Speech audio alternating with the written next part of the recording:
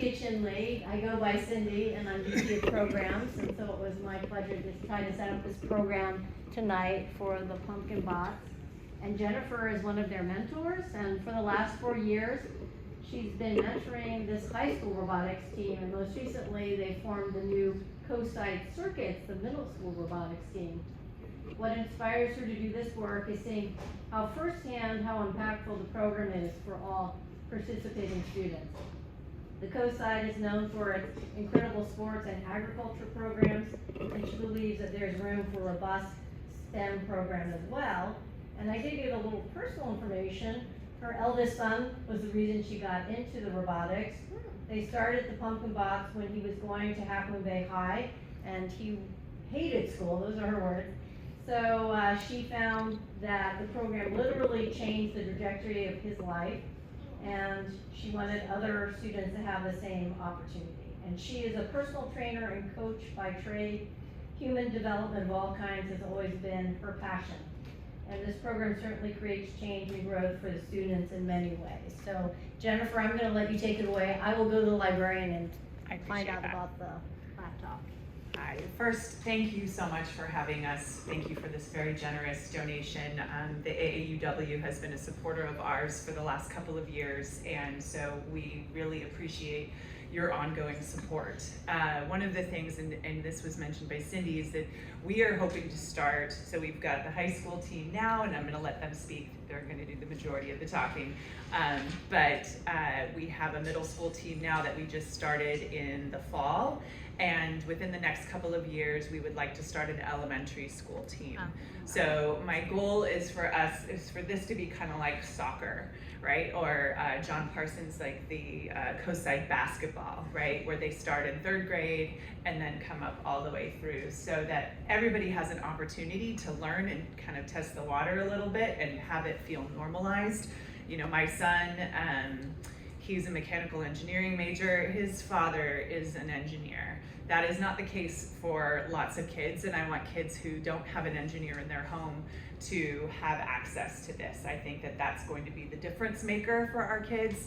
I think it's important no matter where you live, but we are like a hop, skip, and a jump away from Silicon Valley, and it's a disadvantage to our kids that we don't have a robust extracurricular STEM program. So that's what we're trying to build here. We compete in FIRST Robotics, so it's a worldwide organization. They have 32 countries that are competing in this organization. We're gonna go to a competition, our last competition. There's a team from Brazil, from Turkey, I think from Australia, from India, coming here to compete here.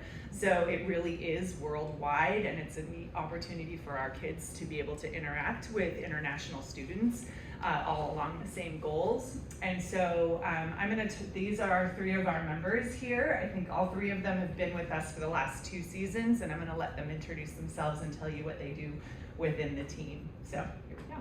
Start with Natalie. Hi, I'm Natalie. I work on the media and outreach portion of the robotics team. So I really work on, fundraising is primarily what I do. So I've worked really closely with Jen to try and solicit grants from different local and corporate sponsors. We've been really successful with both of those, which has been amazing because it enables the actual build teams to do what they need to do. And so we've done a bunch of things like garage sales, like anything we can just to get some extra money. And I also worked with Jen to create the website from scratch. Nice. I'm Maya. I am the vice president of the team. Any kind of like subdivision of the team, I've worked on it. I've worked on building, I've worked on electrical, I've worked on the fundraising team for a little bit. So I don't know what else to say. Are you all high schoolers? Yes. Mm-hmm. Yeah. Awesome experience. I'm Elena. I am the build team lead, so I kind of helped with like mainly just with like building the actual robot and like at least like trying to keep all the like parts and tools and stuff organized in their own like spots.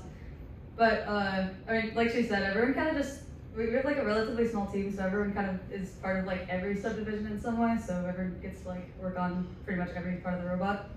I think so. So one thing I didn't mention, but so how big is our team? Would you say? 8 Eight people? 8 or 9 right 8 or now, 9, and we're growing. We're growing. Are they all But- girls? All girls? They're boys and girls. But how big would you say is the average team that we compete with? Like 20 to 40. 50 sometimes? Right. So there's kids that don't touch the robot. If they're a freshman, they don't touch the robot. And our kids, because I'm real loud, our kids, because we have such a small team, and we will always be a small team because of where we live on the coast side, they are going to get an all-encompassing experience whether they want to or not, right? Because we just don't have the power to do that. And so everybody gets to do a little bit of everything, which I think has broadened and given them an experience that maybe they wouldn't have naturally gone to on their own. And we're really proud of that. I feel like that's a great education for your student or our students here on the coast, because they're gonna get to play an integral part in the robot rather than an auxiliary part until they get to be their junior or senior year. They're gonna do it from day one. So do we know about, she hasn't come back yet with that. So I've logged on to my Gmail if you wanna send the presentation. to me. Perfect, and we'll get that started. I have a quick question. Yes. Is 8793 like your international team number? That's always your number, which Yeah, we are team 8793. So The we were Pumpkin Bots is we were just- the 8,793rd team to join. Wow. They're in the 10,000s now. This is the first year that they've entered that. How much does it cost to do it? 20 grand per season? So it's a little like baseball, and we're the A's.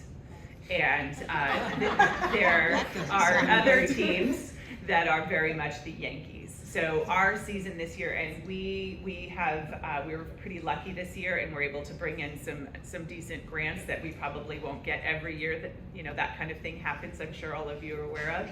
And but our budget will probably be around $30,000, which is nothing to shake a stick at. But there's teams where their budgets are $300,000 in a year, right? Like more than all my cars, is what right? Like, so yeah, we are quintessential coast side. I mean, if you've raised your kids here and they've played sports or done, it's quintessential coast side. We don't have the resources, we don't have the same number of kids, but somehow we're successful. And I don't know what's in the water here, but it works. Do we know how to get onto here? Yeah, just plug this in. Okay, so we need to move this table and plug it in. Any other questions while we get things going? Maybe this is better after your demonstration, but in your competitions, what are the criteria by which you're judged? What's considered successful? That's you. I can speak to that. Yeah.